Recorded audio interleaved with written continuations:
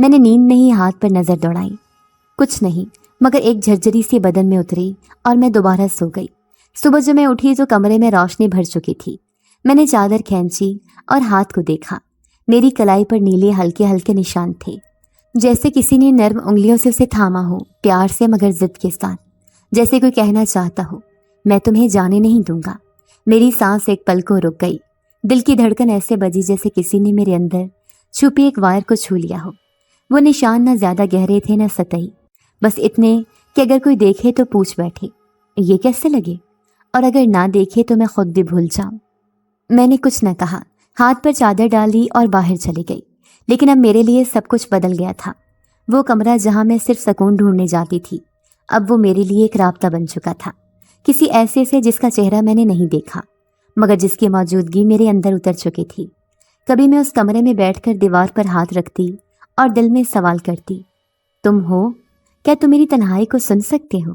اور کبھی رات کو آنکھ بند کرتے ہی خود کو اس نظر کے سامنے محسوس کرتی، وہ نظر جو ہر دن کچھ اور قریب ہوتی جا رہی تھی۔ اب جب خواب آتا تو وہ پہلے جیسا نہیں ہوتا۔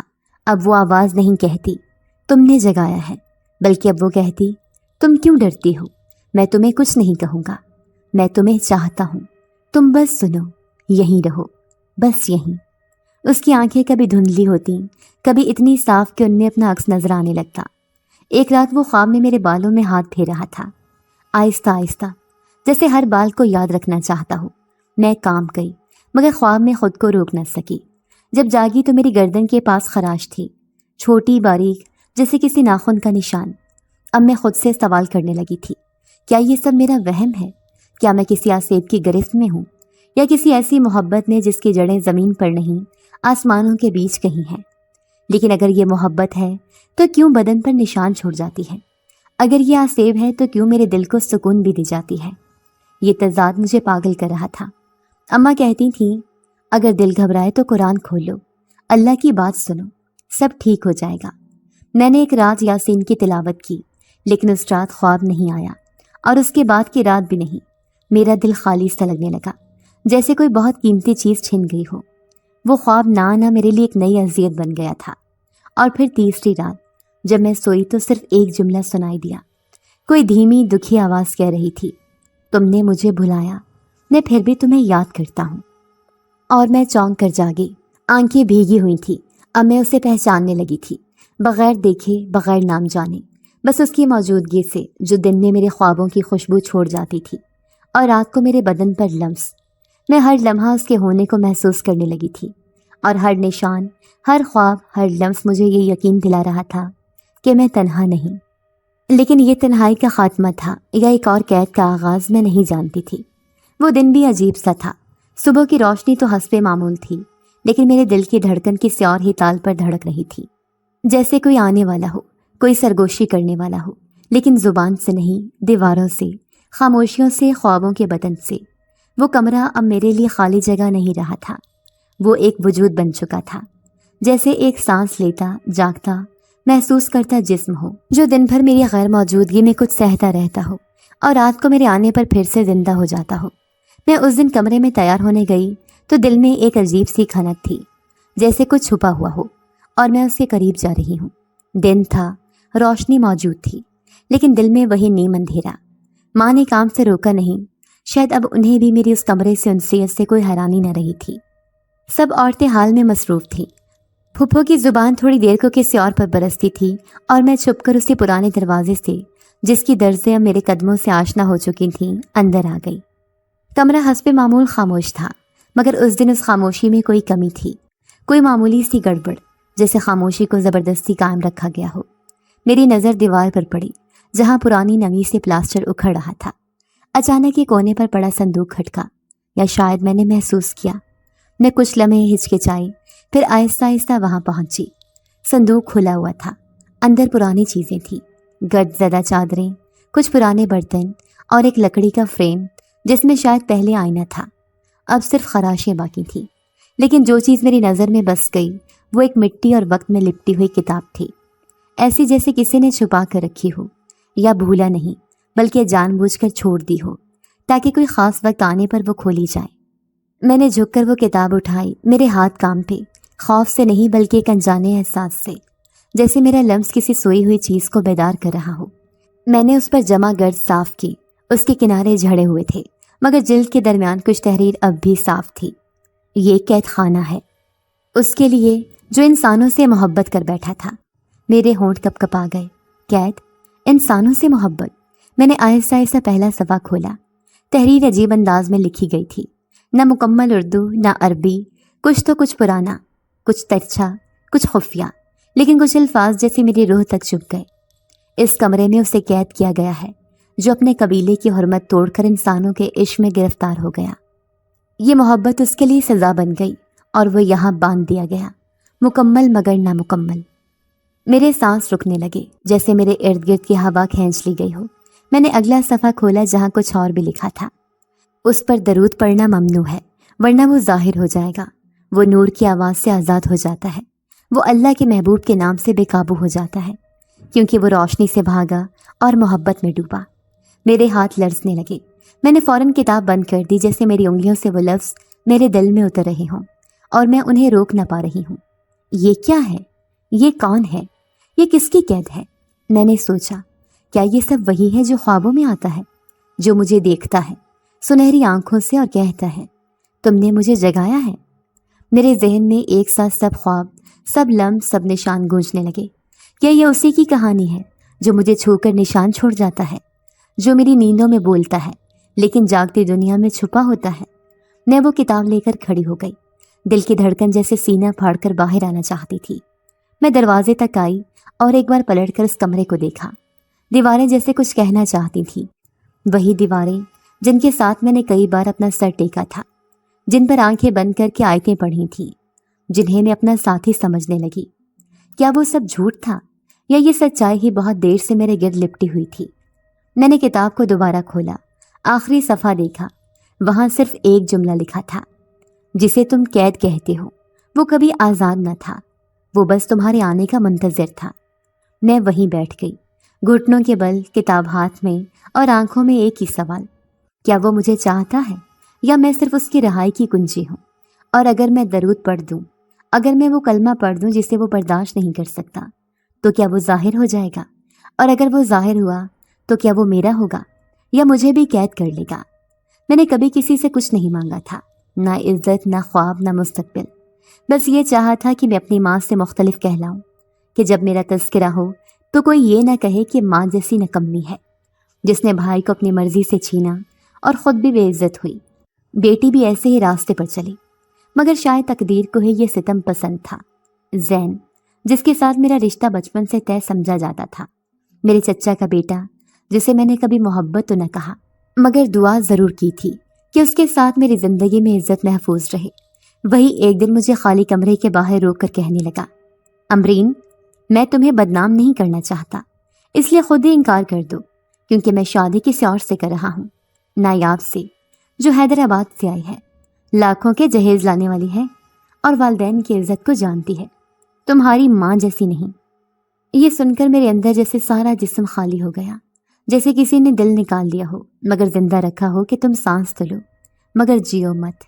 میں کچھ بولی نہیں، بس آنکھوں میں آنکھیں ڈالے دیکھتی رہی، اور زین نے کہا، اگر انکار نہیں کرو گی تو میں بھیگی آنکھوں سے سب کو وہ دکھا دوں گا جو تم نے کیا بھی نہیں، مگر کوئی یقین نہیں کرے گا تم پر۔